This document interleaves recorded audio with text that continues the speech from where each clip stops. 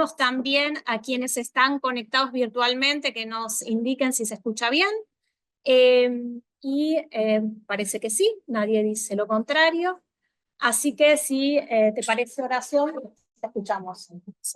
Hernán. Tenés razón. A todos, a todas, a todos. Bueno, un gusto estar de nuevo acá. Tarde, bueno, todo lo trágico que está sucediendo, sobre todo los incendios, ¿no? La coyuntura en Córdoba y también a nivel nacional, ¿no? Pero creo que más que nunca este tipo de espacio, una mesa donde tratamos de debatir un poco acerca de, decimos la nota nueva derecha, para discutir, ¿no? Cuán novedosos, cuán rupturistas son respecto de las derechas clásicas o incluso neoliberales. Bueno, este tipo de congresos y espacios creo que amerita que puedan ser ámbitos de debate colectivo en torno a la coyuntura compleja por la que transitamos no solo en Argentina, sino hoy día en América Latina y a nivel global, ¿no? Que pensamos la irrupción de estas derechas, que hay muchas formas de adjetivarlas, ¿no? Derechas radicalizadas, ultraderechas, nuevas derechas, en fin.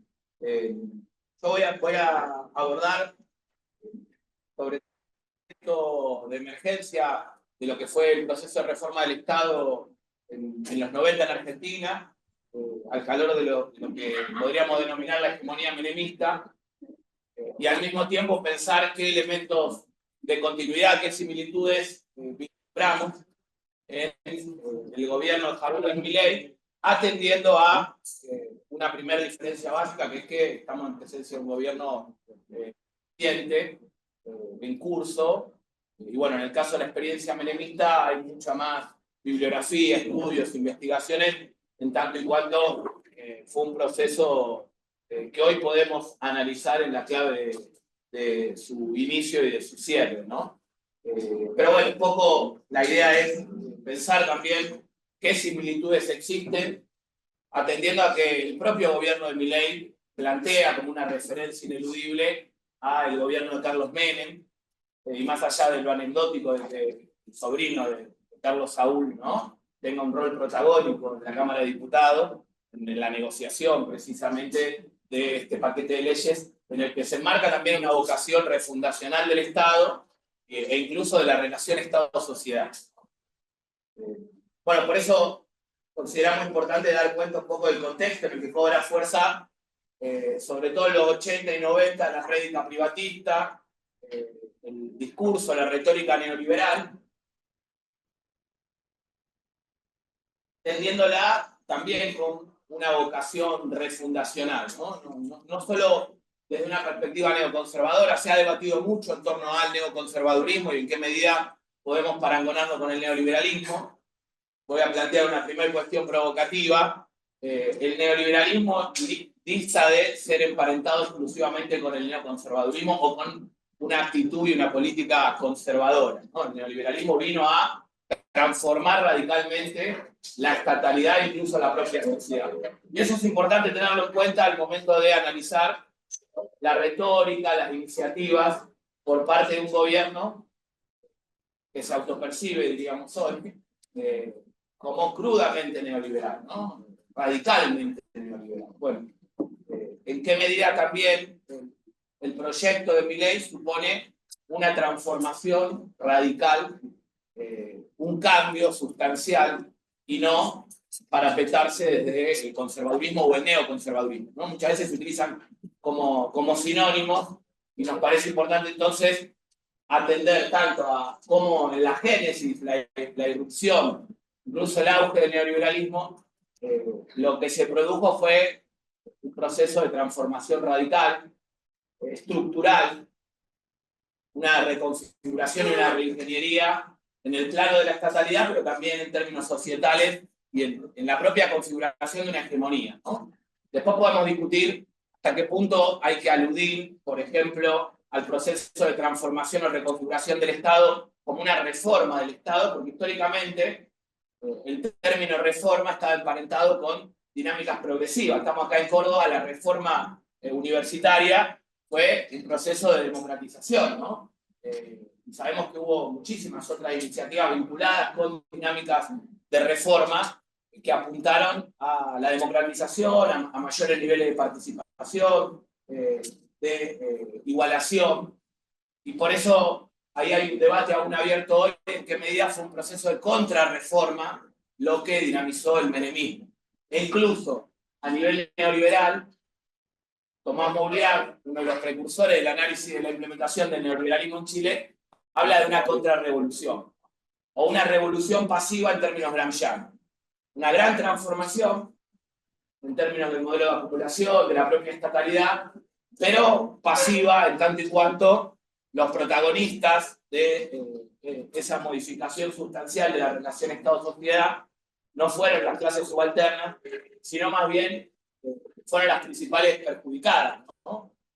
en esa metamorfosis o en ese tránsito de una ciudadanía con derechos universales a la figura que tendió a predominar no solo en Chile, sino en buena parte de la región, incluida en Argentina, del cliente consumidor, ¿no? Digamos, ahí hay una metamorfosis que también hay que poder pensarla en la clave de la hegemonía de una concepción del mundo y de la vida, en donde el centro de gravedad pasa a ser el mercado.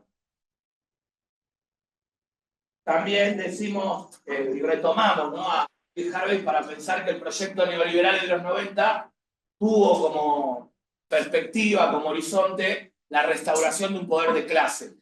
De un poder de clase que había sido relativamente perdido o erosionado al calor de ciertas conquistas de la clase trabajadora, en el caso de Europa, plasmándose en políticas públicas de carácter universalista, ampliando esa dimensión bienestarista, ¿no?, del Estado de tipo keynesiano. Y por lo tanto, esta restauración del poder de clase perdido en el periodo previo supuso o condujo a una reconfiguración de las funciones del Estado e incluso la emergencia de un nuevo tipo de Estado, que en los 90, pero yo creo que parcialmente se mantuvo ese perfil, un poco más tenue, quizás en el ciclo de impugnación al neoliberalismo, como lo llamamos con Mabel Coites Rey, que es la figura, o diríamos, el tipo de Estado nacional de competencia, ¿no? Un Estado que apunta a capturar porciones de capital global e inmovilizar las fronteras adentro, en tanto y cuanto el capital asume a partir de los años 70 y 80 predominantemente una forma líquida, ¿no? Un capital financiero, especulativo, y los estados tienen que tornarse atractivos para ese capital que circula a escala global e intentar capturar porciones de ese capital global fronteras adentro. Bueno, lo menciono porque esto configuró una forma de Estado, este Estado Nacional de Competencia, y los procesos de privatización propios de la dinámica de reforma del Estado apuntaron a crear precisamente nichos de rentabilidad con la privatización de activos públicos, de empresas estatales. Y este es un eje que hoy, al calor del RIFI, también aparece como horizonte en el caso del gobierno de Milei, ¿no? Sobre nuevas bases. No solo en el marco de una tendencia a privatizar nuevamente activos públicos, ciertas empresas de carácter más residual, o algunas quizás reestatizadas o renacionalizadas, ¿no? Si pensamos el debate en torno a aerolíneas argentinas, sino también avanzar sobre nuevos nichos de rentabilidad al calor de lo que se configura a escala global como el escenario de transición energética propio de un capitalismo verde. Todo ahí el litio como bien natural estratégico, el cobre, aparecen una serie de bienes de la naturaleza y territorios plausibles de ser valorizados, y cobra nueva fuerza esta fusión del Estado por capturar porciones de capital global, por tornarse atractivo, fronteras adentro, y esto requiere una reingeniería en términos normativos, de legislación que ya está en curso. Al mismo tiempo, ese Estado desarticuló la dimensión bienestarista. En Europa, el Estado de seguridad fordista, en América Latina, otras aristas, generando todo un proceso de privatización de activos públicos, como decía, que permitió relanzar la acumulación capitalista sobre nuevas bases, ¿no? Lo importante, y esto se viene trabajando con fuerza en el Cono Sur, en particular, por ejemplo, a partir de la crisis en el 2019 en Chile, ¿no? que de alguna manera pone sobre el tapete el análisis más integral de lo que implica el neoliberalismo, no reduciéndolo a un conjunto de políticas económicas, pensándolo de manera integral y pensando la hegemonía como un campo de fuerza que permea y estructura al Estado y a la propia sociedad, es no caer en lo que Bourdieu llamaba la amnesia de la génesis, el borramiento de los orígenes. Es que inicialmente la implementación del neoliberalismo requirió altos grados de intervencionismo estatal en términos estrictamente políticos e incluso de un disciplinamiento generalizado de la población. No es posible pensar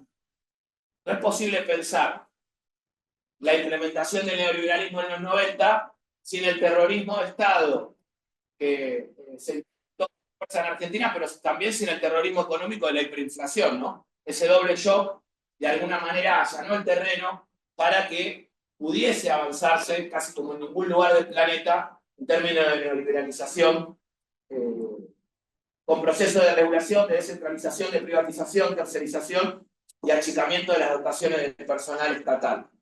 Bueno, se habló en ese entonces de reforma de primera generación. Es interesante también diferenciar las de primera de las de segunda, porque inicialmente Carlos Menem lo que plantea es una cirugía sin anestesia, una operación sin anestesia, reducción drástica de los aparatos estatales, para en un segundo momento pensar en un mejoramiento, en una modernización del Estado. Menos Estado inicialmente para mejor Estado a posteriori. Esa lógica también es la que hoy tiende a primar si pensamos la retórica del propio gobierno de Milei. Me queda muy poquito tiempo, así que voy a plantear algunas cuestiones que creo importante retomar de lo que supo ser la década menemista, una década que construyó una hegemonía. Hay todo un debate de qué tipo de hegemonía, pero lo cierto es que logró recomponer la hegemonía, una hegemonía que podríamos llamar débil, una hegemonía negativa, pero hegemonía al fin, asentada en una especificidad en parte que supo ser la convertibilidad, que dejó atrás esa dinámica hiperinflacionaria, en fin, ¿no? Un montón de lógicas que la precedieron, pero que al mismo tiempo redundó en todos los flagelos que no voy a enunciar en términos de pobreza, de indigencia, de neoliberalización de los activos públicos, de esta figura predominante del usuaria consumidora, en última instancia de una dinámica mercadocéntrica que estructuró un poco la vida social. Primer cuestión clave. El experimento neoliberal implicó una ausencia, una minimización o una metamorfosis del Estado. Y esto es algo que venimos discutiendo, que por lo menos ponemos en cuestión en la cátedra que integramos con Ana, y planteamos que más que una minimización durante el menemismo, más que una ausencia de un Estado que de golpe reaparece post-2001, hubo una metamorfosis profunda, hubo una radical transformación. Bueno, ya hemos hecho algún estudio a partir del 2002 de lo paradójico del Estado durante el menemismo, que incrementó el gasto público, incrementó la cantidad de unidades organizativas, incrementó, si pensamos, la integralidad del Estado en niveles subnacionales y los vasos comunicantes entre el Estado-Nación y los Estados subnacionales, incluso la dotación del personal, lo cual no equivale a hablar de ausencia de un ajuste estructural, pero sí pensar la complejidad de ese Estado que, por ejemplo, supuso una mayor centralidad de su función política, supuso un incremento del gasto, si lo pensamos en términos discriminados para el pago de los intereses de la deuda, para determinadas aristas vinculadas con la represión y el control social. y una reconfiguración de las dimensiones bienestaristas, ¿no? Que históricamente habían tenido mayor centralidad. Entonces decimos que más que pensar en un achicamiento, una ausencia del Estado durante los 90, es importante delimitar en qué sentido existió durante el menemismo un Estado activo, un Estado interventor, un Estado presente. Hablamos en los 90 de un guardián diurno, de una faceta coercitiva, e incluso decimos que ese achicamiento del Estado ocultó un proceso ejercicio de recomposición funcional del perfil estrictamente político, de control y de represión. Algo que a veces naturalizamos es, por ejemplo, el uso de la prefectura y de la gendarmería para la represión interna, que constitucionalmente son custodias de frontera, pero empieza a utilizarse de manera cada vez más recurrente para la represión, para el control social, para el disciplinamiento, y eso no dejó de utilizarse más aún. Creo que en este contexto comienza a cobrar cada vez más fuerza.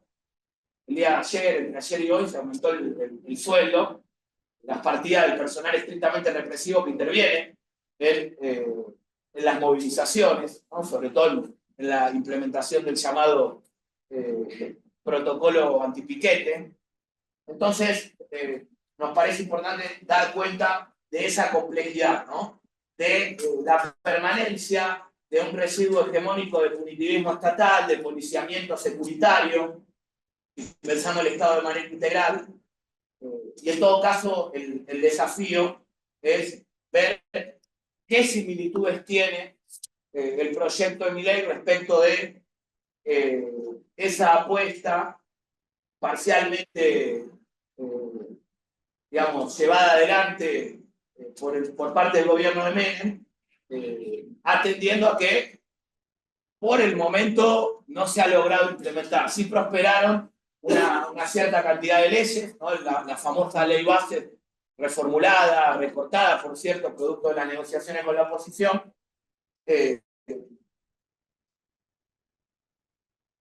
Y ahí, primer cuestión importante, ¿no? Para dar cuenta de las similitudes y de los contrastes.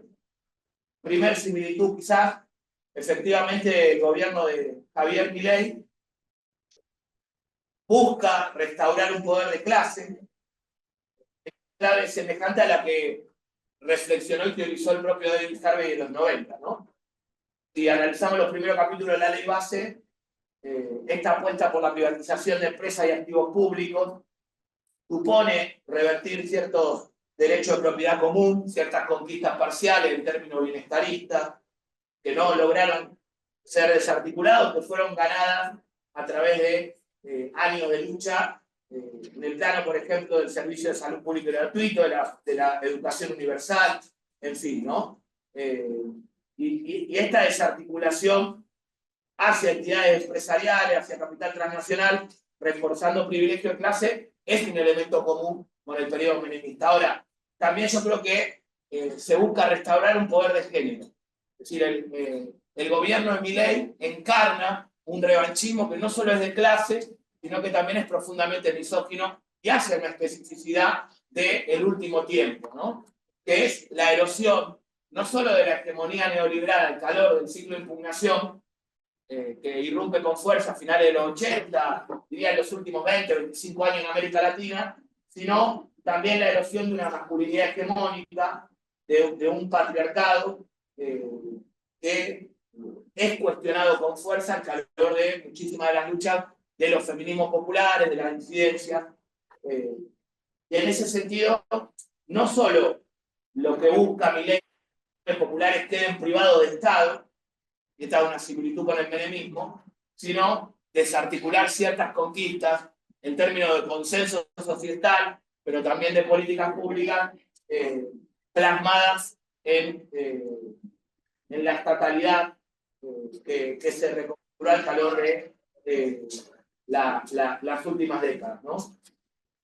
Lo segundo, que creo que es un punto importante en función de lo que mencionaba, es que esta embestida de neoliberalización no equivale a una retirada del Estado en términos absolutos, ¿no? aunque sí involucra un violento ataque contra aquellas aristas, gastos y políticas públicas consideradas onerosas o innecesarias desde el punto de vista ultraliberal que reivindica Milei. O sea, hay un intento de una pretensión de equivalización del Estado, pero al mismo tiempo un reforzamiento de las funciones y aparatos destinados al control, al disciplinamiento y a la represión. Lo digo muy sucintamente. Lo que emerge no es solo un reforzamiento de este Estado Nacional de Competencia al calor del capitalismo verde y la transición energética que se requiere a nivel global, del norte global, sino también una nueva figura estatal que podríamos plantear que se asemeja a lo que Lanza denominó estatismo autoritario. El estatismo autoritario supone una creciente centralidad en el Ejecutivo, de rasgo cesarista, pero al mismo tiempo una cohabitabilidad entre estado de excepción y reglas de juego de normalidad democrática.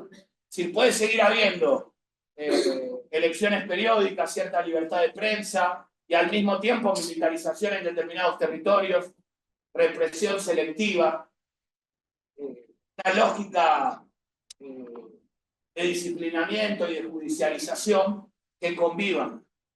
Y esto es diferente al fascismo. Muchas veces, de manera apresurada, se habla del gobierno de Milei como un gobierno fascista o neofascista, y el fascismo implica un estado de excepción generalizado.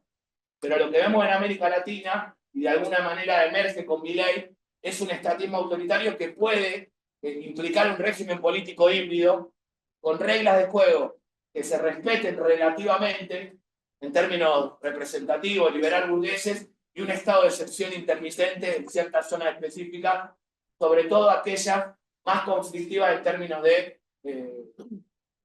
despojo de bienes naturales, de disputa y de privatización de activos estratégicos a nivel público estatal. Cierro porque ya me pasé. Diría los contrastes. El proyecto encabezado por Menem se inscribió en una coyuntura donde Estados Unidos emergió como potencia triunfante y hegemónica a nivel ideológico-político, tras la debacle de la URSS, tras la caída del muro de Berlín, y ahí el neoliberalismo estaba en auge, hoy está en declive. Y hoy hay un multilateralismo centrífugo, a diferencia de la lógica emergente en aquel entonces, ¿no? Hoy vivimos conflictos bélicos, inestabilidad hegemónica, que se combina con una crisis socioeconómica y ambiental sin precedentes, y por lo tanto el contexto global es muy distinto al de los 90, que a nivel hegemónico tenía auge y receptividad, porque se pregonaba el calor del fin de la historia, ¿no? Es decir, de la derrota de un proyecto que más bien en Milei opera como un espantajo, ¿no? Ayer Milei diciendo la ONU es socialista, planteando la diatriba contra toda forma de colectivismo, creo que dista de emparentarse con el contexto específico en el cual emergió la reforma del Estado de los 90. La segunda, hubo un cambio sustancial en la relación de fuerza en las últimas décadas al calor de lo que llamamos SINAL, el ciclo de impugnación. Si no estamos ante pueblos derrotados en América Latina y en Argentina se venía de tierra arrasada en los años 80, y por lo tanto el avance, la posibilidad de implementación de esa reforma y ajuste estructural fue mucho más posible que en el contexto actual. En el contexto actual vivimos una coyuntura donde la relación de fuerzas post-2001 es muy diferente al momento de posibilitar un proceso de neoliberalización radical como el que postula el propio Milei, ¿no? Entonces, si bien el auge de la movilización y la participación tuvo ciertos declives, reabsorción a través de mediaciones institucionales, por ejemplo en el ciclo kirchnerista, de todas maneras se materializó en conquistas sociales, políticas, que son un piso fundamental, sea en términos estatales y sobre todo societales, ¿no? De repudio a toda esa dinámica. Así que cerraría, no me da el tiempo para plantear algunas cuestiones, pero creo que la diferencia también sustancial es que el voto a Milei en segunda vuelta tiene que ver más con lo que Gramsci llamaba algo coyuntural y no tanto algo orgánico, ¿no? Gramsci decía hay que poder diferenciar lo orgánico de lo ocasional. El desafío, en todo caso el dilema frente al que estamos es cómo evitamos un planteo, y con esto cierro, que para Mariátegui fue un logro del fascismo, y no para carangolar el gobierno de Milei con el fascismo. Mariátegui dijo, el fascismo logró construir de un estado de ánimo un movimiento político. Yo creo que el gobierno de Milei lo que captó fue un estado de ánimo, malestares, miedos, inseguridades, debilidades estructurales que no pudieron aplacarse, desigualdades profundas que no pudieron subsanarse, y en todo caso el debate o el desafío es en qué medida tienen reversibilidad ciertas conquistas obtenidas tras la debacle neoliberal que siguió a la crisis del 2001, y hasta qué punto el actual gobierno de Milei va a lograr construir una nueva hegemonía a través de un consenso activo o, en términos gramscianos, mediante la represión. Entonces, ahí aparece un debate que lo dejo abierto, y es cómo se combina coerción y consenso en la construcción de una nueva hegemonía en el escenario de disputa que plantea el gobierno de Milei, ¿no? Si va a privilegiar el dominio selectivo, pero en grados cada vez más amplios, como parece avisorarse, ante el cambio de coyuntura, o hasta qué punto esto puede plantear o vislumbrarse en una clave diferente, ¿no? Y diría, una enseñanza de los años 90, sin duda, que bien vale la pena tener al presente, es que el límite de todo ajuste no es otro que la reacción de las y los ajustados. Muchas gracias.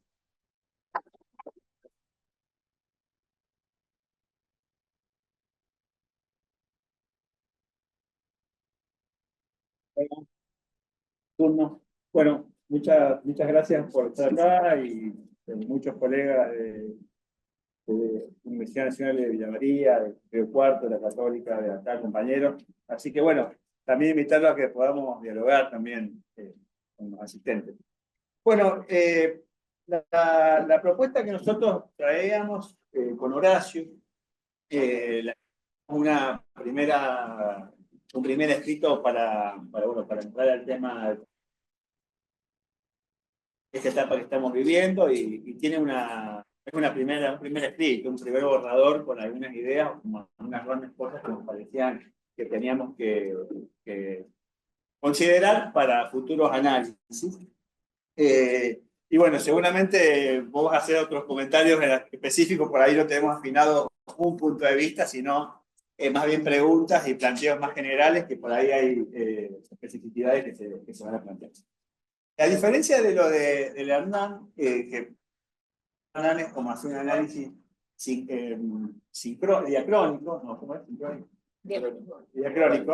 Diacrónico del momento, o sea, es decir, entender la reforma de los 90, los procesos de los 90, para iluminar lo que está pasando ahora. Nosotros más bien nos planteamos hacer un análisis diacrónico.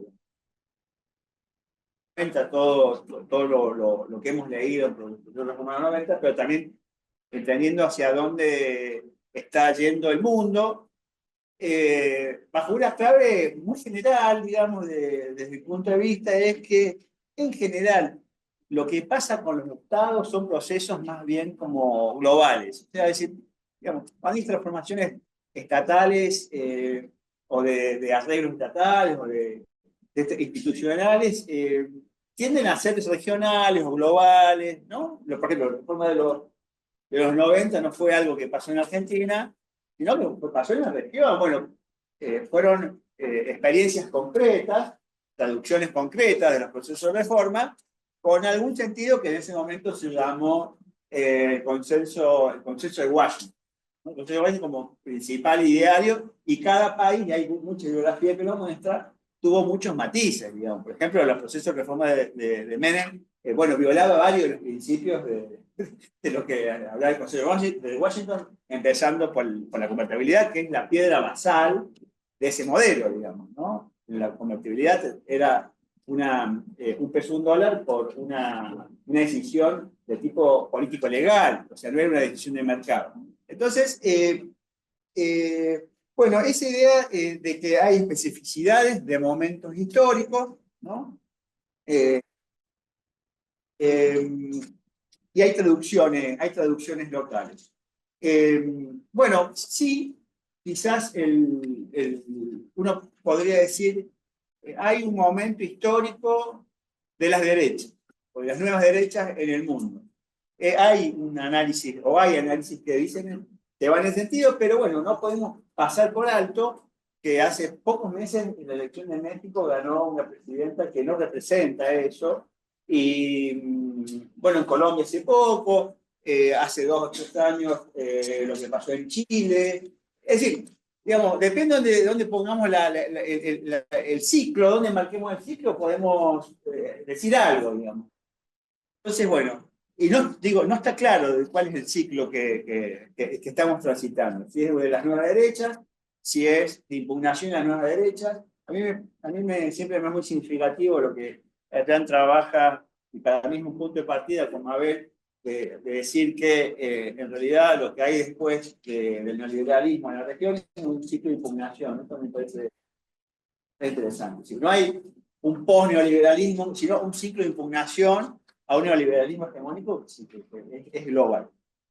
Lo interesante del tema es, digamos, que lo que estaría pasando en nuestro país va más allá o en contra de las agendas globales. Y esto lo hemos visto ayer, digamos, cuando el presidente hizo una crítica fuerte sobre algunos acuerdos del Pacto Futuro, un acuerdo futuro para regular tecnologías globales, etc. Hay especificidades. Una de ellas es que vamos en contramano de lo que uno... O no vamos por la corriente principal de lo que hacen los estados en el mundo. Eso es lo que veíamos con Horacio, por lo menos desde un punto de vista económico, del rol del Estado de la regulación. Sí, evidentemente lo que decía Hernán, de la misoginia, de cierto racismo, xenofobia, sí, por ahí son constantes, pero quizá la especificidad nuestra es qué es lo que hacen los estados por economía. Yo voy a hacer un rápido repaso de algunas de las dimensiones que vamos a tocar. Bueno, ¿cómo pensar la llegada del gobierno? ¿No? Digo, para marcar alguna discusión. Uno puede decir que el caldo de cultivo digamos, de Milei es las redes,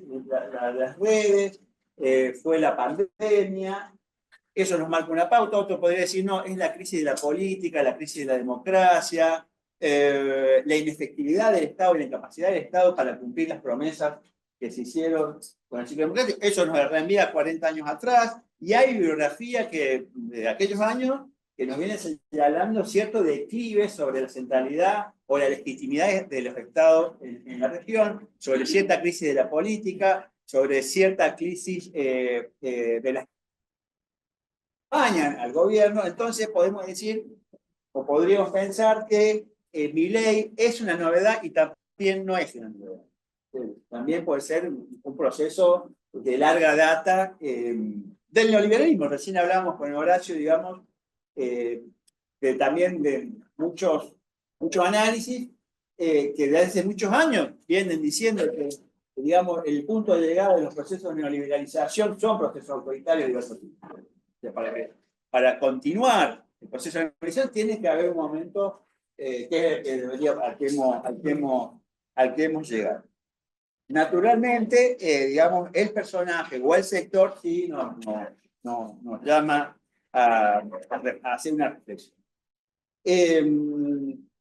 Bueno, entonces, esto podríamos, como punto de partida. Más, digamos, pensando sobre el Estado, ¿no? Bueno, una cosa es frente a qué tipo de reforma del Estado estamos, y ahí sí yo creo que, digamos, estamos de acuerdo con las diversas personas que estamos cruzando. Es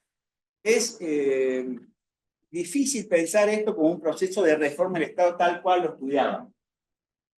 La reforma del Estado es, bueno, como vos decías, hay que achicar, reforma 1, después hay que cambiarle el ADN, como te decía, ¿no? Como era el texto. Por cambiarle el ADN, o sea, que empiece a trabajar de otra manera, con otra lógica, no solamente un Estado más pequeño, sino un Estado que funcione con una lógica que atienda más a los resultados que al proceso, que tenga sensibilidad con los clientes, entre comillas, ciudadanos, como quiere decirse, o lo que estamos viendo ahora como una tercera generación de reformas, como es esta idea de Estado abierto, Estado transparente, Estado participativo, etc. Esto es lo que se venía hablando en torno a la cuestión de la reforma del Estado. ¿Es esto, la pregunta, es esto un programa de reforma del Estado? Bueno, tenemos dudas, ¿no? Sí, porque claramente desde el discurso oficial un discurso muy claro de que el Estado es justamente la causa de los males, la causa del estancamiento, la causa de la pobreza que tienen las sociedades en Argentina. Haciendo como un repaso de una primera lectura de qué es lo que hace con el Estado. Hay una primera lectura en este gobierno que es la de destruir el Estado, la de ser el topo que viene a destruir el Estado. Pero no es la única. Conviven otras, ¿no? Conviven otras.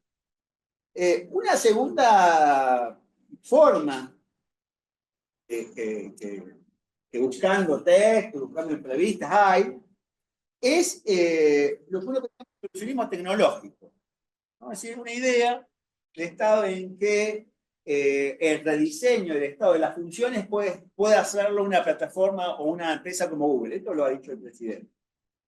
Esa es otra mirada, y otra mirada que tiene vigencia, digamos, sino que habita o circula entre la gente que trabaja problemas de esto. Así que el Estado es una cuestión tecnológica y con las nuevas tecnologías podemos asignar o resolver problemas de duplicaciones, de ineficiencias, de mejor articulación, y eso lo puede hacer la inteligencia artificial o Google. Entonces hay una segunda cosa ahí, una idea de solucionismo tecnológico. Y después hay una tercera idea, justamente anarcocapitalista, ¿no? Que, bueno, yo me tomé nos tomamos la tarea de indagar un poquito de qué es lo que se decía ahí, en blog, etc. Bueno, y lo que hay ahí es, leo 2 segundos, digamos, la opción libertaria: no estamos rechazando la posibilidad de la autoridad, coordinación o gobierno, regulación o justicia. Simplemente pedimos que esas cosas se proporcionen por otros medios que no sea un monopolista agresivo. Entonces, ¿qué ocurre cuando llegamos a la opción libertaria lo suficientemente lejos y pensamos fuera del Estado? Si examinamos brevemente algunos de los ámbitos que la gente suele considerar más necesitados de la intervención del Estado, veremos rápidamente que las soluciones no solo son posibles, sino que en muchos casos son bastante familiares. Empecemos con los distintos propietarios y residentes que necesitan infraestructuras comunes como redes de carreteras, seguridad, vigilancia policial y servicios públicos, normas de construcción. En este caso podrían contratarse órganos de gobierno corporativo, órganos de gestión privado, etc. Es decir, la idea de organización de lo público es reemplazar el Estado por una red de contrataciones tipo, ¿cómo se llama lo que les pasa en los edificios? Consorcio. O sea, la institucionalidad que se propone es una institucionalidad como una red de consorcios que tenga que ver con la gestión de los problemas públicos y que de alguna manera haya cierta coordinación para la resolución de los problemas públicos, pero que no sea un monopolista agresivo. Bueno, digamos, ¿qué es lo que nos muestra la historia? Digamos, esto no hay experimentos antecedentes, pero digamos, son las distintas ideas que hay, la del solucionismo tecnológico, la de destruirlo, o ir a una red de contratos entre iguales, entre ciudadanos que vayan solucionando sus problemas de algún tipo público, colectivo. Bueno, ¿cuál será, digamos, el itinerario que finalmente tome eso? No lo sabemos, pero sí sabemos que la del Estado es una cosa difícil de reformar. O sea, digo, Horacio quizás pueda hablar sobre las dificultades que tienen que ver con la reforma del Estado, pero digamos, cualquiera de estos posibles escenarios, tanto destruirlo ir hacia una suerte de solucionismo tecnológico, a una red de contratos privados que den cuenta de los problemas públicos, digamos, no son problemas, no son cuestiones que se puedan hacer en un gobierno o dos gobiernos, o de una manera, digamos, más o menos automática.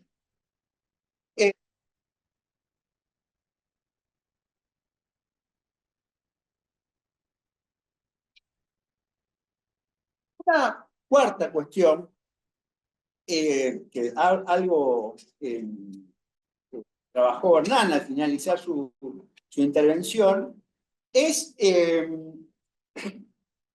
los procesos de reforma del Estado, todos los procesos de reforma del Estado, y más cuando son reformas que tienden a o a hacer daño a la sociedad, demandan algún tipo de gobernabilidad. Digamos, y me parece que la palabra gobernabilidad tiene que ver con gobernabilidad de crisis y con gobernabilidad de procesos de ajuste. Digamos. Esa me parece, el concepto de gobernabilidad política es cómo hacer gobernable una sociedad o un país que está siendo reformado y que se están empeorando las condiciones de vida, que es la reforma lateral, ¿no? ¿Cómo hacer gobernable una sociedad donde hay cada vez más demandas y los estados tienen menos capacidad para responder? Bueno, entonces ahí hay algunos datos acá de la situación social, menciono algunos. Tenemos más del 90% de inflación de lo que va el 2024, la jubilación mínima que reciben 6 millones de personas sigue siendo 276.000 pesos, los salarios reales han caído 24%, 40% en el caso de los trabajadores universitarios, han cerrado 10.000 pymes. Bueno, es decir, un escenario social inédito. Yo no sé si uno compara reforma de los 90 con este proceso, ¿cuál es más gravoso? ¿Cuál es más tremendo? No sé, yo no sé qué les parece a ustedes, pero digamos, este escenario es muy, muy grave. Y hay gobernabilidad. O sea, podemos decir todavía que hay un orden. Hay cierta bibliografía muy interesante que hablan, no a propósito del Milei, sino un libro de eso del año 2010, que se empieza a hablar de estado de austeridad permanente. O sea, hay algo, un proceso que no empieza con Milei, pero que Milei le da forma en la Argentina, que es la construcción de lo que se llama un estado de austeridad permanente. Es decir, que la austeridad no es un periodo para luego salir, no es un valle que hay que cruzar, no es un túnel que hay que atravesar otra vez, sino que la autoridad es la nueva forma de construir las comunidades, si se puede llamar así, actuales. Con lo que vos terminabas, lo del ajuste, digamos, bueno, ¿cuál es la tolerancia? O sea, ¿cómo pensar esta cuestión de la tolerancia al ajuste? Y hay bibliografía y hay... Vamos a cerrar. Termino con esto. El ajuste del tiempo. Es, digamos, y es una discusión, no tenemos una solidez. Y cito algún trabajo de un colega, Mario Navarro, que tiene un artículo que siempre lo recomiendo. El ajuste se puede, digamos, sostener de forma coercitiva, pero muchos autores vienen trabajando la idea de una construcción de una subjetividad neoliberal que estaría, digamos, construida o diseñada o disciplinada para soportar el proceso del estado de austeridad permanente. Yo entiendo que la Argentina, las bases, digamos, de la tradición de lucha, la tradición de militancia, la base organizacional que existe en Argentina, no va a permitir esto y esperemos que podamos revertir este proceso cuanto. Bueno, termino, después seguimos cualquier cosa conversando. Gracias.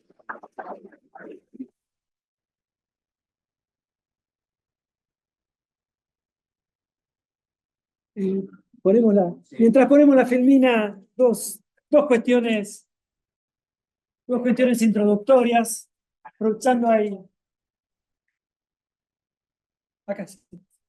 Hay muchos colegas jóvenes aquí. Estamos atravesando un momento. Mañana hay una serie de medidas de fuerza de la universidad. Yo les quiero comentar, he tenido la suerte de vivir en otros países de América Latina y de conocer. Tengo hijos adolescentes que están por entrar a la universidad. Cuando un hogar de clase media de Ecuador, de Colombia, de Chile, de Brasil, tiene un hijo, empieza a ahorrar de clase media, ¿no? Empieza a ahorrar plata para que el pibe pueda ir a la universidad. Llega a la universidad y es one shot. Tiene una sola oportunidad el pibe. Tiene que elegir ingeniería mecánica. Y tiene la plata para pagar la inscripción para ingeniería mecánica. Si a los 6 meses el pibe viene y te dice quiero ser historiador, lo matás. Decís, fraco, estuve ahorrando 20 años para que vos puedas ir a la universidad, ahora sos ingeniero mecánico. Muchas veces se endeudan, porque es tan cara la universidad que no la llegan a pagar. Entonces se endeudan a plazos para que una vez profesionales, con el sueldo que tengan, puedan pagar lo que se han endeudado. A veces no se reciben, con una pelota insoportable. Nosotros, que somos un país de desarrollo intermedio, pero más bien pobre, podemos ofrecer en todo el país, yo soy catamarqueño, una de las provincias más pobres del país y uno de los lugares más pobres de América Latina. Y cualquier chango catamarqueño puede ir a una universidad. Tenemos universidades que son ejemplo para América Latina. Tenemos esta, una de las universidades más antiguas de América y una de las más prestigiosas. Para que tengamos idea qué nos estamos jugando. Nos estamos jugando, aparte, ayer creo que Ana decía, tradiciones, es esto, es lo que nos legaron nuestros antepasados y lo que queremos transmitir al futuro. Yo me resisto a ser parte de la generación que entrega a las universidades nacionales. Es demasiado importante para todos nosotros. Yo no hubiera pasado el 2º grado en Estados Unidos, soy postdoctor de la Universidad Nacional, y esto solamente lo puedo haber hecho en la Argentina. Todos los que estamos en esta situación es los que por eso defendemos con tanta fuerza y con tanta pasión, primero por ser leales a estas luchas, pero aparte porque es una de las oportunidades para nuestros más cercanos, digamos, para nuestros hijos, para nuestros parientes, para que tengan un desarrollo alrededor de una de las grandes legados del siglo de las luces, digamos, ¿no? El conocimiento a cambio de todo. Primer tema. El segundo introductorio. El segundo tema introductorio es una defensa de los congresos y de estas cosas, y sobre todo que sean presenciales. Es esta cosa maravillosa de construir affecti societati, digamos, camaradería, conocimiento, ver a compañeros y a colegas que no vemos. Está como, por ejemplo, Sabrina, que viene de Tierra del Fuego. Qué bárbaro poder encontrarme acá con ella y charlar y tomar un café. Javier, Mari, de La Rioja. Bueno, el aviso es que después les vamos a pedir que hablen, porque lo interesante de esto es en esta cosa corta que no reemplaza, que es irreemplazable por cualquier otro lugar, y por eso es tan interesante dar clases presenciales, esta comunicación que se arma, todo lo que uno aprende en estos 10, 15 minutos que yo voy a estar compartiendo con ustedes de diferentes vivencias, de diferentes lados, cómo están viendo esta situación, y ahora sí me pongo en la ponencia, una situación que se caracteriza, a mí me parece, por ser una transición. Estamos entrando en algo nuevo. No sabemos qué continuidades y qué rupturas va a haber, pero estamos entrando en algo nuevo. Y una cosa que recomiendo, nuevamente hay muchos chicos que están haciendo sus primeros esfuerzos en investigación, es leer autores contemporáneos. Porque uno cuando lee autores que analizan temas 30 o 40 años atrás, muchas veces era lógico que esto iba a pasar, no sé cómo no se dieron cuenta, era obvia esta situación, qué sé yo. Y cuando vos lees autores contemporáneos, a mí me ha sorprendido, por ejemplo, mucho leer los diarios y autores que escribían en el 45 con el surgimiento del peronismo. Era obvio que Perón no podía ganar. Era imposible que el peronismo se pudiera consolidar. Le decían el coronel imposible. Todos los autores de casi todas las tendencias que circulaban en la universidad, todos los diarios, y era obvio para cierto saber común de la clase media que el peronismo era un hecho irracional, un accidente absolutamente imposible, y que en las elecciones iba a perder 7-3. Félix Luna comenta un libro muy recomendable que se llama El 45, pero que llega hasta el 46, hasta las elecciones del 46, cómo fueron las elecciones de ese febrero del 46. Y dicen que a la noche el comando de la Unión Democrática se comunicó con el interior para ver si había fraude, porque el gran miedo que tenían era que había fraude. Y cuando de todos lados le dicen, no hubo fraude, las elecciones son cristalinas, salieron a comunicar, ganamos por escándalo, ganamos por afano. El lunes no llegaban todavía los votos, porque en esa época se tardaban 10 días en contar los votos. Ganamos por escándalo el martes, empezaron a llegar algunos votos, pero llegaron sobre todo de Capital Federal. Ganamos por escándalo el miércoles, cuando empezaron a llegar votos del interior. Nada, ganamos por escándalo, perdieron, y como se sabe, perdieron no por mucho, pero perdieron claramente. Por lo cual, lo que les digo, estamos en una transición, y esta niebla de guerra, se llama niebla de guerra, un fenómeno común en las en que, en el marco de una situación muy especial, muy excepcional, en general, los comandantes suelen tener malas decisiones, porque la niebla de guerra les permite tener buenas comunicaciones y saber qué pasa. Y las transiciones son un poco eso. Están pasando un montón de cosas al mismo tiempo. Más ayer, no sé si ayer o esta mañana alguien hablaba de policrisis. Se superponen crisis de montones de elementos y de montones de causas y de montones de situaciones que están convergiendo, y uno no termina de decidir cuál es la más importante y qué es lo que está determinando. Inclusive esto que comentaba Oviña recién y que decía también Javier, ¿esto fue un accidente lo de Milei o está pasando o expresa algo más de fondo?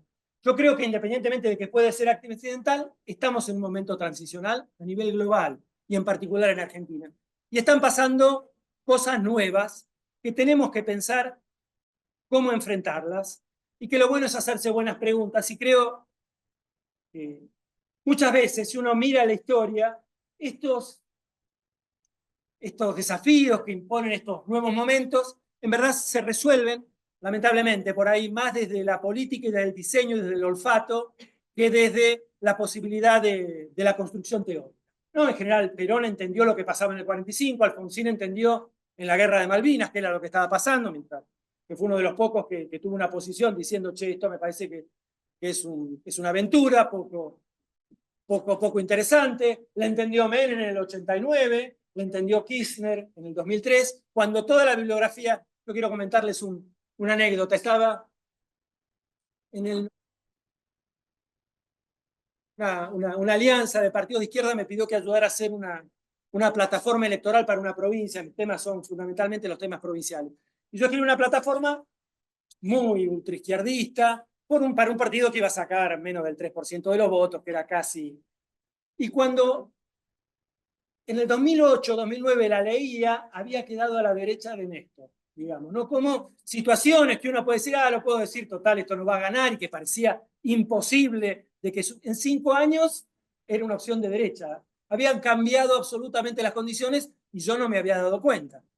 O no me di cuenta más tardíamente. Muchas veces algunas cosas que se hicieron al principio del gobierno de Néstor Kirchner me parecían demasiado osadas, que estaba estirando demasiado la cuerda, y sin embargo la cosa iba para un lado que uno pensaba que era más difícil de que ocurriera. Con lo cual, bueno, tener en cuenta que tenemos esta situación, que es muy difícil de enfocarla, tratar de detectar lo que decimos en el texto, tratar de detectar algunos puntos de fuga que nos parecen fundamentales. Yo vengo de una tradición, como les decía, de izquierda. Para nosotros había un escenario micro que era fundamental, que era el escenario de la fábrica, de la cinta de montaje. En ese lugar, gente que venía de la marginalidad o que venía del campo, se disciplinaba, aprendía a leer y escribir, trabajaba en conjunto. La cinta de montaje te daba el poder del trabajo colectivo. El poder de frenar la cinta de montaje te daba primero un poder sindical para pedir buenas condiciones, y a partir de ahí el partido te daba la posibilidad de pelear por el poder político. Pero la base de eso era el poder en la cinta de montaje. Los obreros que de alguna manera, trabajando, cambiando la naturaleza, diría el Marx más clásico, digamos, transformando la naturaleza, eran el elemento crítico. Bueno, los trabajadores de cuello azul desaparecieron, por desgracia, o casi desaparecieron, ahora son más bien personas de maestranza, no están en el centro de la ocupación. Los trabajadores de cuello blanco, que era la clase o el modelo de trabajo emergente por ahí a partir de los 50 o los 60, es lo que se está transformando en este momento. Trabajador típico administrativo está siendo barrido por la automatización. ¿Qué subjetividad va a construir ese nuevo trabajador que está emergiendo, que está saliendo? ¿Qué es lo que va a construir? ¿Cuál va a ser nuestra posibilidad y siempre visto de un lugar popular, de inclusión, de igualdad. ¿Cuál es la posibilidad que nos da este nuevo trabajador? Yo creo que ahí está un poco el centro, el corazón de la crisis, de poder encontrar anticipadamente cuáles son las posibilidades alrededor de esta nueva organización social, que esto sí tiene un espacio global. Yéndonos más y tratando de no ocupar mucho tiempo, porque como les digo, los quiero escuchar más que nada. Ustedes sí marcaría 3 o 4 cosas que son nuevas, que son oportunidades y peligros al mismo tiempo. La cuestión del cambio geopolítico, ¿no? La unilateralidad de los 90 era verdaderamente asfixiante porque no existía nada. Fuera del neoliberalismo estaba Fukuyama, el fin de la historia es esto y para toda la eternidad. Digamos, no es la democracia como procedimiento y el mercado como modelo de asignación de los roles sociales. Y no había otra cosa. Con lo cual eso se terminó. Ahora verdaderamente hay un montón de otras cosas. Hay una fragmentación y hay un poder inclusive que le disputa territorialmente. Pero es una oportunidad, pero es también un desafío porque los imperios en decadencia suelen ser más violentos. Y estamos ante una situación mucho más compleja. Yo estoy seguro que la ola latinoamericana de principio del siglo del milenio fue porque Estados Unidos se sentía lo suficientemente seguro para decir, bueno, son estos pibes que están pidiendo en el margen, digamos. Ahora, Estados Unidos te cuenta hasta los supermercados chinos que tenés y te dice que es infiltración china y que hay que correrlos porque te están disputando la geopolítica. No, ahora cualquier pasito que te des al costado es un peligro global y entra en disputa. Y nos ponen una disputa aparte que podemos a épocas violentas. Y ya estamos volviendo en muchos lugares de América Latina a épocas violentas. Y los que hemos pasado la tragedia de los 70 tenemos que ser muy cuidadosos para no exponernos y no exponer, sobre todo a los jóvenes, tengo un hijo de 7 años, militante para colmo, no exponernos a ninguna locura, ni a ninguna masacre que está a la vuelta de la esquina, como uno mira el mundo y no tiene más que ponérsele los pelos de punta. Listo, termino con una sola cosa más que sí me sorprende y mucho más de mis temas. Lo otro fue temas que uno trabaja casi marginalmente al lado de Mabel y de Ubiñas. Hablar de estos temas de marxismo tradicional, los tipos que saben 18 veces más que yo, es casi una falta de respeto. Sí, a mí me sorprende con lo que he leído y anoche lo charlábamos cuando cenábamos en un grupo con Casullo, que es un experto y que sabe mucho más de populismo de derecha, de Milei, de su anarcocapitalismo. Si uno mira a Orbán, uno mira a Trump, uno mira a Bukele, y son todos tipos profundamente estatistas, son autoritarios, encuentran un otro. El otro día, recién hablábamos con Javier, decíamos, el otro en Europa es el inmigrante, sobre todo el africano, el marroquí en España, o del África negra, qué sé yo. Acá el otro es el planero, digamos, es el peligro que tiene este lugar, que el otro es un connacional, ¿no? Que el otro que estamos construyendo es un tipo que va contra la nacionalidad. La nacionalidad es hay un lugar en donde estamos todos juntos, somos una comunidad, que también lo hablaba ayer Casullo también.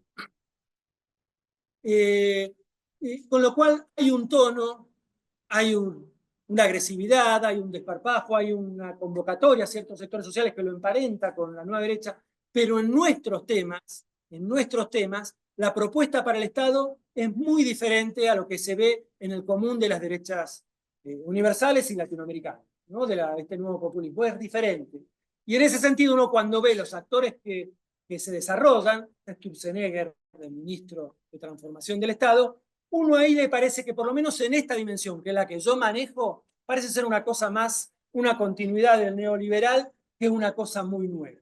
Ahí, y uno mira aparte la escasa capacidad de los vasos capilares que ha tenido el gobierno hasta ahora, ¿no? La incapacidad de consolidar un proyecto para el Estado. Uno ve que giran continuamente funcionarios, uno ve que no llegan a estabilizarse, uno ve que no terminan de instalar políticas con profundidad, y de repente ve instalarse Sturzenegger, ve las cosas que promueve y dice, bueno, por lo menos en el Estado estamos yendo hacia una política de derecha, digamos, un neomacrismo, neomenemismo, neodelarruismo, digamos, más tradicional de lo que hacemos, hacia adentro del Estado. En otros lugares, nada, acá hay expertas, va a hablar de política social, por ejemplo, a ver qué hay de nuevo y qué no.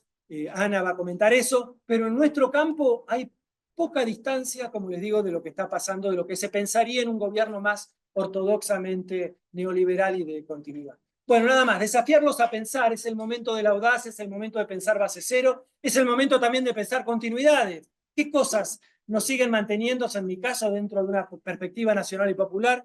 ¿Desde qué lado la tenemos que tener después de todos los cambios que han pasado y desde el fracaso, desde el último gobierno que ha ocurrido y que ha tenido ese ciclo? ¿Desde dónde pensar cosas nuevas, pensar cosas audaces y pensar, como siempre, si hay una cosa que rescato del gobierno que asumió en el 2001 de Dualde es: este país está condenado al éxito, Argentina es un país maravilloso. Y espero que lo podamos recuperar para ser nuevamente orgullosos de estar en este país maravilloso. Muchas gracias.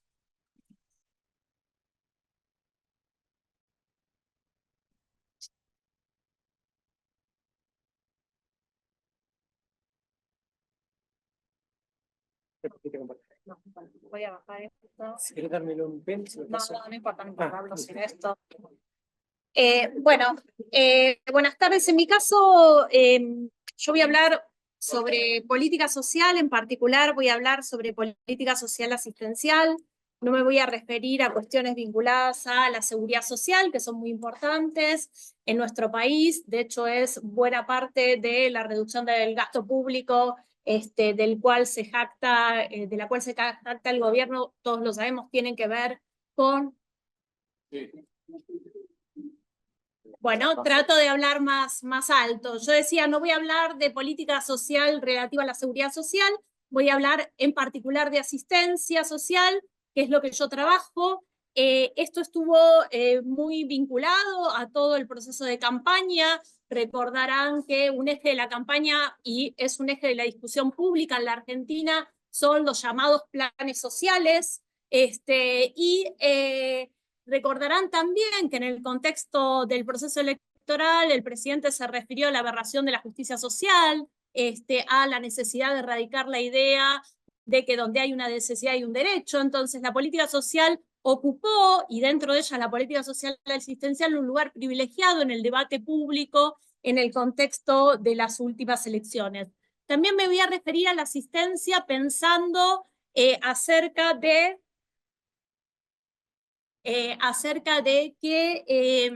rol que jugó la asistencia en la década de los 90, ¿no? La literatura especializada plantea que hay un proceso de asistencialización creciente de la política social desde los 90. De hecho, buena parte de estos planes de empleo de planes asistenciales aparecen ya en el marco de la primera ley de empleo que sanciona el menemismo allá por el 1991, como programas pensados para absorber a las poblaciones que eran objeto de los procesos de conversión productiva que planteaba los procesos de reforma del Estado de ajuste estructural de los 90.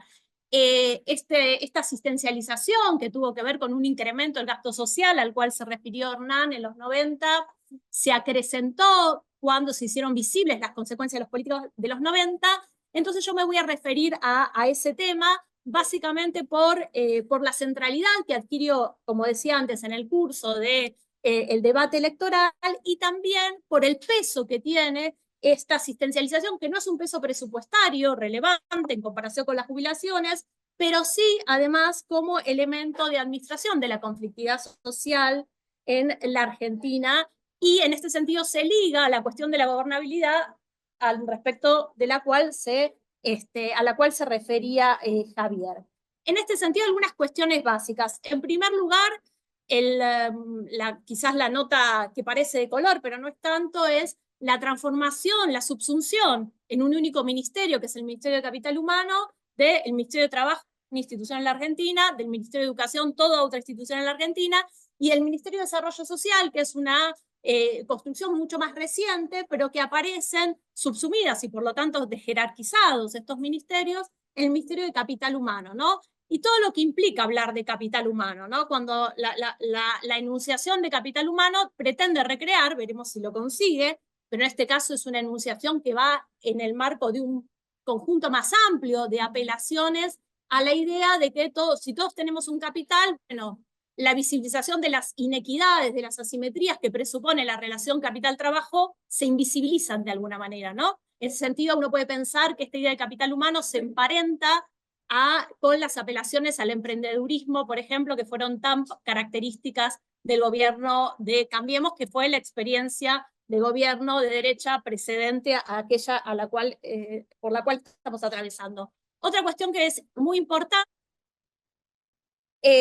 también llamativa, es el incremento de la asignación universal, ¿no? Un incremento notable de la asignación universal. Una de las primeras cosas que hace el gobierno en diciembre del 2023 es duplicar el monto universal y de allí en más operar aumentos sucesivos. Hay quienes calculan que el incremento de la asignación estaría en el orden del 274%. Tenía una filmina, pero no voy a perder tiempo ahora en abrirla. Digo, hay mucho dato que circula ahí sobre esto, y esto es importante, ¿no? Se retoma un elemento de la política kirchnerista sin ningún durito. Fue creada la asignación universal por hijo allá por el 2009, y se duplica el monto, y también hay que decir que fue una intervención que se desperfiló bastante en el gobierno de Alberto Fernández, ¿no?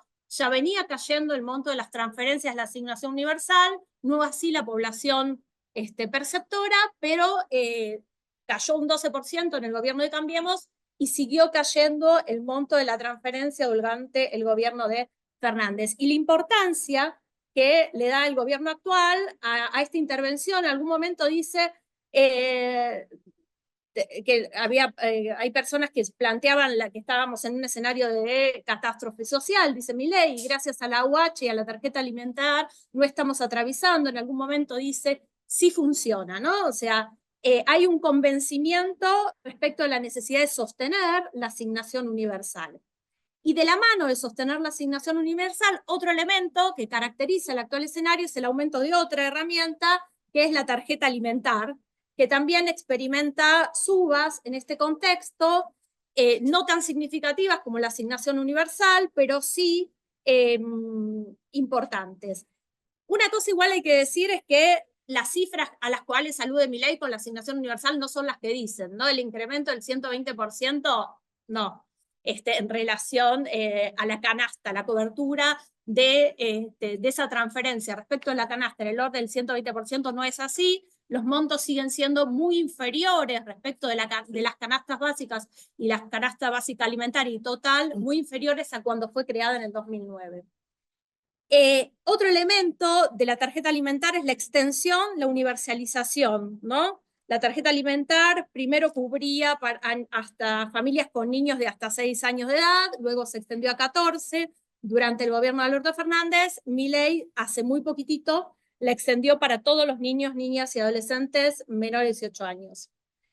Otro elemento es las transformaciones con los denominados planes de empleo subsidiado, ¿no? Creo que más o menos todos conocen algo de ese proceso. El congelamiento de los ingresos, el congelamiento del monto, y además de eso, lo cual contrasta absolutamente la desarticulación de ese programa, que llegó a tener más de 1.400.000 perceptores, en 2 programas, en un programa que se llama Volver al Trabajo y en otro que se llama Acompañamiento Social. Resumiendo, lo que ocurre aquí son, por un lado, se recupera una categoría que es la de clasificar poblaciones en función de una supuesta condición de empleabilidad. Esto había ocurrido cuando se desarticuló el plan de jefes y jefas de hogar allá por el 2004-2005. Aquí, igualmente, es en el contexto del 2004-2005 una discusión muy fuerte, porque las mujeres con hijos eran liberadas de la exigencia de realizar contraprestaciones laborales. Aquí, las mujeres con hijos son equiparadas a los hombres en ese punto, salvo cuando tantos varones como mujeres tienen más de 4 hijos. En ese momento había una discusión en torno a el carácter, digamos, las dificultades en términos de género, ¿no? Porque eso se planteaba que implicaba un reencierro doméstico de las mujeres que eran consideradas inempleables. En este caso es todavía más regresiva la visión, ¿no? Y esto creo que se emparenta con las cuestiones del género que traían a colación los los panelistas que hablaron previamente. Otro elemento también es el reforzamiento de estos programas en relación a la incorporación de estos perceptores en el empleo privado, que es un intento que todos los programas de empleo subsidiado se proponen y todos fracasan en general. Y por último, también, y no menos importante, en este punto la vinculación clara entre la posibilidad de estar en esos programas con digamos, con la condición de no alterar el orden público, ¿no? Hay cláusulas de egreso para todos quienes participan de alguna medida de fuerza. Eso es algo bastante novedoso, nunca se vio plasmado de ese modo en la normativa de los programas. Y hay dos que me interesa también señalar. Un quinto es la articulación de todas las iniciativas vinculadas a lo que fue la economía popular, ¿no? Hay una intervención del Instituto de la Agricultura Familiar Campesino Indígena, hay una del Instituto Nacional de Asociativismo y Economía Social,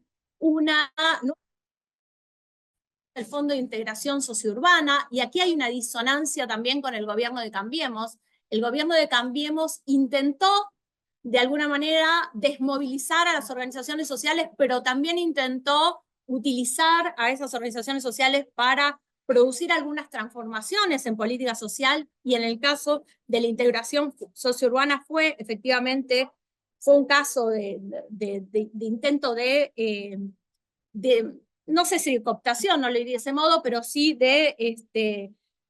digamos, de reunión, de involucramiento en alguna estrategia y en alguna construcción política. Y también otras cuestiones importantes tienen la no ejecución de programas asistenciales tradicionales, como los comedores, como las becas estudiantiles. Y en este sentido, lo que quiero plantear con esto es que esto plantea algo bastante inédito respecto a los 90, ¿no? Hay, de alguna manera, por un lado, un elemento de masificación muy fuerte. Esto en los 90 no existía. La asistencia social masificada no era una asistencia que era focalizada, se hablaba de una focalización reduccionista. De alguna manera, esta política social de Milei acusa recibo de las transformaciones de los 90 y de los lastres que persisten heredados de la reforma de los 90 en términos de mercado de trabajo. Entonces, esa masificación tiene que ver con eso. También hay una impronta que busca, digamos, que no atribuye lugar alguno a la comunidad, ¿no? La comunidad era un elemento de la política social asistencial de los 90, se esperaba que esas relaciones de reciprocidad comunitarias resolvieran algunas prestaciones sociales de cuya ejecución se desresponsabilizaba al Estado. Esto no está. Hay una pretensión desterritorializadora también. Cuando hablamos de programas asistenciales que no se ejecutan, hablamos también de programas de salud. Digamos, yo sé que hay funcionarios que no solo plantean un desplazamiento de las organizaciones sociales, no solo hablan de una política social asistencial sin intermediarios, y lo dice Milei, sino que también dicen sin territorio, lo cual es todo un desafío, ¿no? También es un desafío para la propia fuerza política, porque habrá que ver si persisten y el día de mañana gobiernan municipios y gobiernan provincias, ¿qué van a hacer con las demandas sociales que se incrementan en municipios y provincias en este contexto? Digo, es un dispositivo también de construcción política, la construcción territorial, entonces habrá que ver si es posible. Entonces es una visión desterritorializadora, descolectivizadora, no solo apunta a desmovilizar, apunta a desorganizar, y en este sentido me parece que hay que leer como contracara, digamos, lo que ocurre con los programas asistenciales, entre ellos con los programas de empleo subsidiado, que ya dejan de exigir contraprestación laboral, que más bien se basan en actividades muy superficiales de capacitación. Hay autoras especializadas como Pilar Arcidiácono que hablan de un giro capacitador, como contracara del fortalecimiento de las transferencias monetarias condicionadas, digamos, canalizadas por la asignación universal y por la tarjeta alimentar. En mi opinión, habría que preguntarse en qué medida no hay una elección, no hay una apuesta a esas transferencias como un elemento permanente, como un elemento llamado a perdurar, son transferencias individualizadas que contribuyen no solo a administrar la conflictividad social, sino que, entiendo yo, buscan justamente contribuir a desplazar a las organizaciones sociales. En este sentido, además, me parece que hay que recordar que buena parte de la tradición teórica de la cual proviene Milei no es refractario esta idea de un ingreso básico universal. Por el contrario, receptan esta idea. Entonces me parece que esto hay que tenerlo en el horizonte, y me pregunto si aquello que estamos visibilizando no tiene que ver más bien con nuevas formas de administrar lo que podemos conceptualizar a esta altura, dada la crisis del mercado de trabajo en la Argentina, la fractura estructural, la persistencia de elevados niveles de informalidad y de precariedad, si no estamos pensando en nuevas formas de administrar por parte de estas extremas derechas lo que podemos pensar como una superpoblación estancada, digamos, no absorbida por el mercado de trabajo por la vía de estas transferencias que buscan individualizar, que buscarían entonces construir una subjetividad, si se quiere, más acorde, como planteaba Javier, a este estado, digamos, del capitalismo contemporáneo, a esta nueva versión del proyecto neoliberal y a estas, digamos, y más acordes con estas propuestas de radicalización que lleva adelante la extrema derecha. Así que, bueno, hasta acá llegó. Fuerte así, escucha a todos. Si querés, inclusive, parate y habla, porque si no, allá atrás no te van a escuchar. Dale, gracias. Una consulta, una pregunta, un comentario.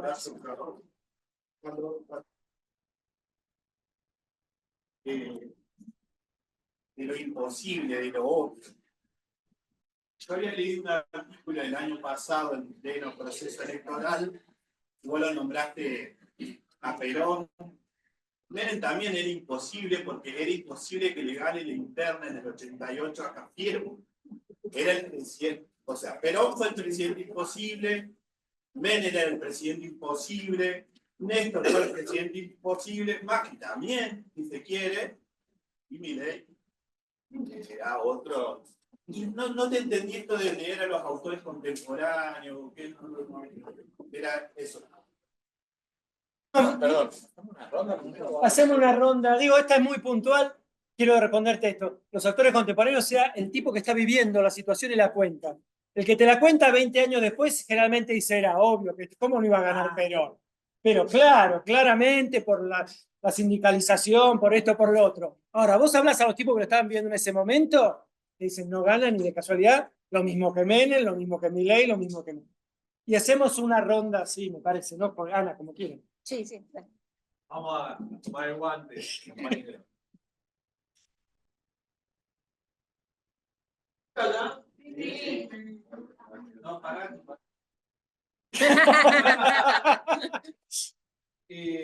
Bueno, muchas cosas, ¿no? Has dicho. Pero dos cuestiones que digamos, que me provocaron más. Primero, la cuestión de la idea comparativa con los 90.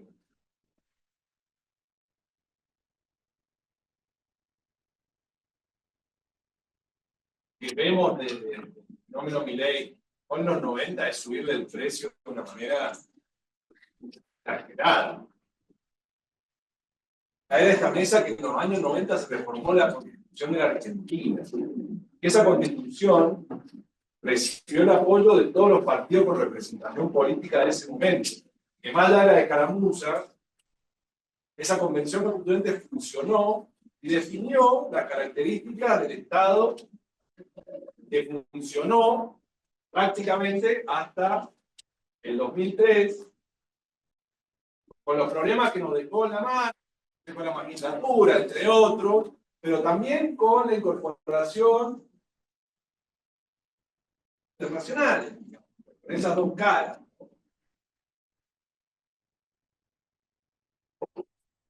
El equipo de gestión de Carlos Menem durante los 90, si hay algo que tenía una capacidad impresionante digamos, de conducción política de las transformaciones que lleva adelante. Entonces me parece que está muy bueno como provocación, sobre todo para pensar qué hay de eso todavía, ¿no? Porque me parece que lo que no hay de eso todavía es el legado de la reforma de la Constitución del 94, que fue un momento histórico en que los partidos políticos de Argentina se pusieron de acuerdo, que creo que no.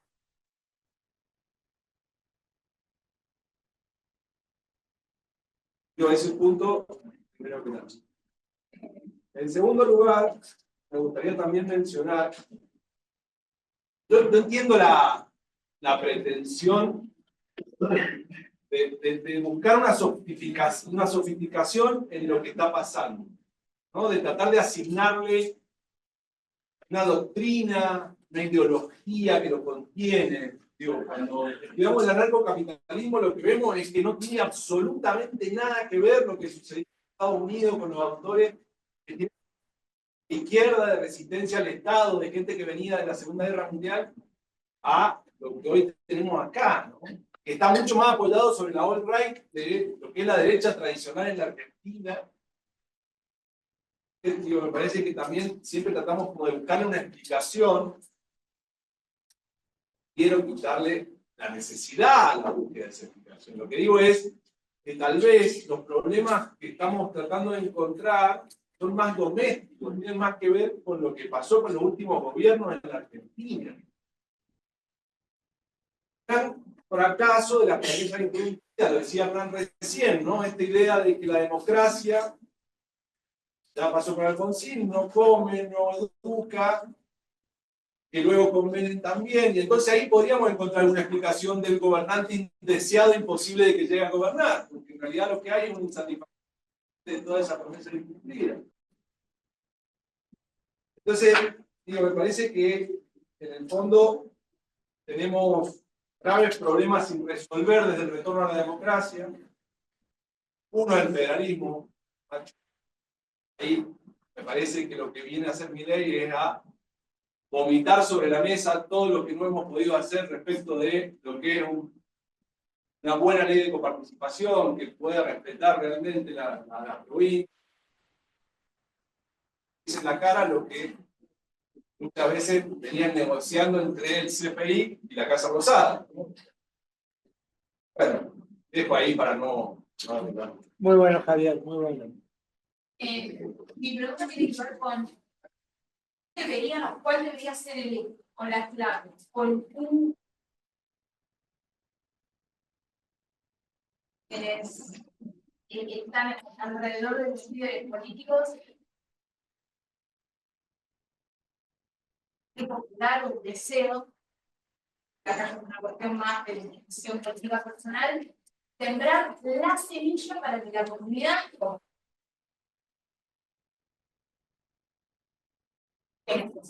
para gobernar. Buena pregunta.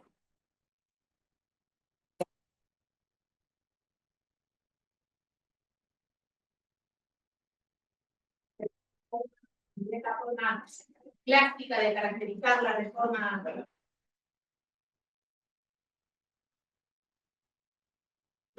la organización del Estado, con todo el discurso de la más gestión pública detrás, y pensar que vos planteabas respecto a la en la era Milei, que está recién estamos comenzando, ¿no? Con su gobierno, y por ahí está presionado o no, pero por ahí lo planteo, pensando que justamente Milei lleva a cabo la reforma estatal con este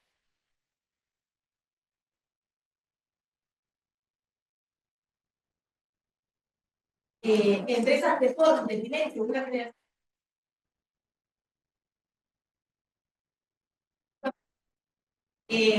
lleva la transformación estatal a un rango ministerial constitucional, ¿no? Ahora, una relación entre esas formas de la reforma con lo que está pasando ahora. Bueno, ya, queda bastante bien. Sí. Carlos los nombres. En relación con la fortaleza de la compañera, ¿cómo moviliza la pandemia? No entiendo que antes de la pandemia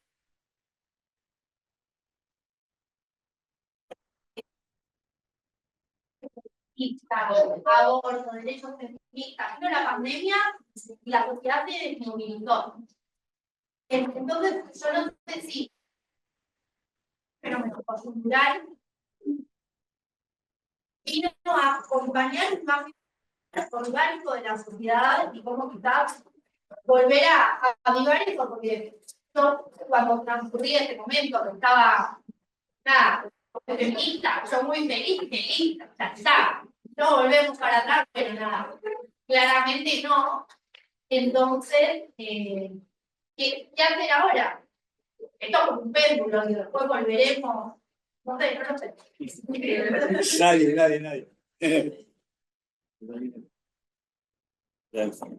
No la de fondo. No. Que no se nos trompe.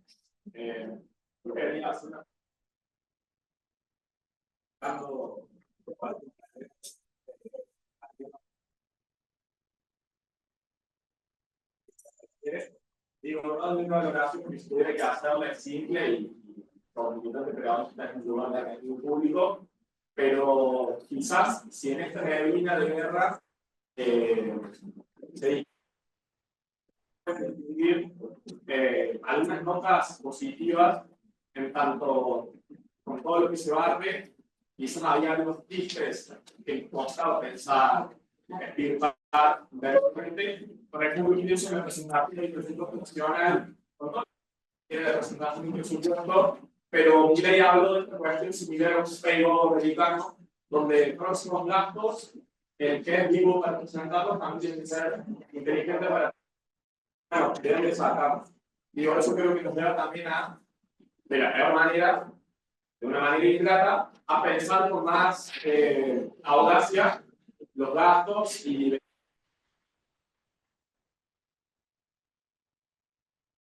Yo diría que. ¿Alguna pregunta más? Ahí los compañeros de Córdoba, las compañeras. No da miedo que lo tenemos que atrás. Un poco el tiempo y hay que hacer. Bueno, hacemos una ronda. ¿Empezás, Hernán? Bueno. Bueno, gracias ahí por los comentarios, las devoluciones, las reflexiones. Bienvenido al debate en ese sentido. A ver, lo de la reforma constitucional, un poco para debatirlo. Inicialmente la ley Bases, entre otras cuestiones, fue cuestionada porque implicaba de hecho casi una reforma constitucional. No perdamos de vista eso, ¿no? Lo que supuso el paquete inicial, ¿no? Que llevó incluso a una polémica en el plano jurídico, ¿no? Entonces yo creo que hay una primera cuestión es diferenciar la intencionalidad de un gobierno como el de Milei de la correlación de fuerza y efectivamente la capacidad política para llevar adelante un proceso. Pero en términos de horizonte, el propio Milei, un poco de manera fanfarrona, plantea que lo que busca producir es 8 veces más profundo que lo que generó el menemismo. Y ahí que lo logre es otra cuestión, ¿no? Pero me parece que en términos de horizonte, creo que lo que buscó inicialmente, y ahí entran a colisionar las racionalidades políticas, porque quedó muy recortada esa ley base como proyecto inicial, ¿no? Pero involucraba una transformación radical que, insisto, el debate más jurídico fino a nivel normativo, esto es una reforma constitucional de hecho, por la profundidad, ¿no? de todo ese andamiaje y la transformación que supone, no solo en el corto plazo, en el mediano y largo plazo. Solo el RIGI, yo creo que como en términos de modelo de acumulación, de matriz productiva, de cedimiento, digamos, de derechos a las transnacionales, usted sabe que de manera explícita se dice la prioridad es de la empresa y no de la comunidad si hay estrés hídrico. O sea, a ese nivel, imagínense lo que puede suponer, más allá del proceso en curso, ¿no? En clave extractivista. Entonces, es cierto, estoy tentado a vulgarizar y a decir la tragedia se repite como farsa, creo que es otra cosa, es algo distinto. Ahora se decía, bueno, pensemos lo novedoso, pensemos, Javier me lo planteaba, Ana, bueno, ¿cómo dar cuenta de la especificidad? Más allá de la tentación de pensar la farsa de Milei respecto de la tragedia del menemismo, ¿no? Así que bueno, diferenciar esto, pretensión de realidad también el consenso que ha tenido que construir, y ahí se habló de digo un poco provocativamente, a mi modo de ver, Milei, perdón por la expresión, Milei es un hijo bastardo de esta democracia, pero también del fracaso de dos hijos bastardos que surgieron producto del 2001, el macrismo y el kirchnerismo. Y no digo que son equiparables, sino son dos proyectos que en buena medida, sobre todo en los últimos dos gobiernos que presidieron a Milei, generaron frustración, generaron insatisfacción por diferentes motivos, después lo podemos caracterizar. Pero Milei emerge como un hijo bastardo de la derrota, el fracaso, la debacle, después podemos caracterizarlo de dos experiencias políticas que surgen de una crisis muy aguda, que no se logró suturar del todo. No podemos discutir los lados de recomposición hegemónica post-2001, pero fue una hegemonía muy débil, precaria, con ambigüedades, con desigualdades estructurales que, en el caso de la pandemia, se exacerbaron hasta el paroxismo, ¿no? Se develaron. Entonces, si bien es cierto, hay todo un debate, yo creo que abrió, digamos, generó un umbral, un punto de quiebre en la pandemia. Casualmente coincidió con un gobierno del progresismo, como le dicen algunos compas, progresismo sin nafta, ¿no? Un poco moderado, tenue, casi conservador, ambiguo, y al mismo tiempo la palabra libertad no era una abstracción en términos retóricos. Frente al confinamiento, frente a los procesos de individuación, al repliegue de lo público, que no solo fue prolongado, fue intenso. O sea, trastocó la subjetividad del grueso de la población. Bueno, no nos da el tiempo. Digo algo nomás. ¿Cómo ejercitamos una pedagogía de las catástrofes?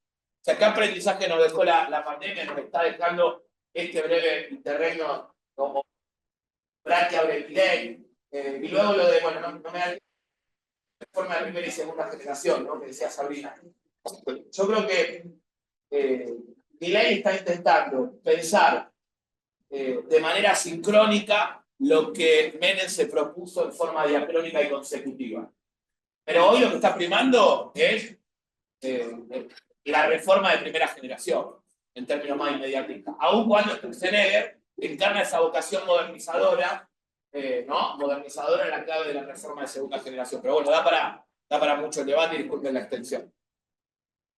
Yo, no, dos cositas. A mí digamos, me hace difícil, o siempre tiendo a pensar los procesos del Estado con las transformaciones sociales. Entonces, la cuestión de la precariedad, la informalidad, la transformación del mundo del trabajo, la otra generación, la compañera, hay 4 generaciones de beneficiarios de planes sociales, la crisis de futuro, etcétera. Hay como un contexto social para esto y para la transformación de la política, digamos. Por eso, ¿por qué no podríamos comparar el proceso político de hoy? ¿O qué deberíamos tener en cuenta? ¿No? Que pues no podemos comparar.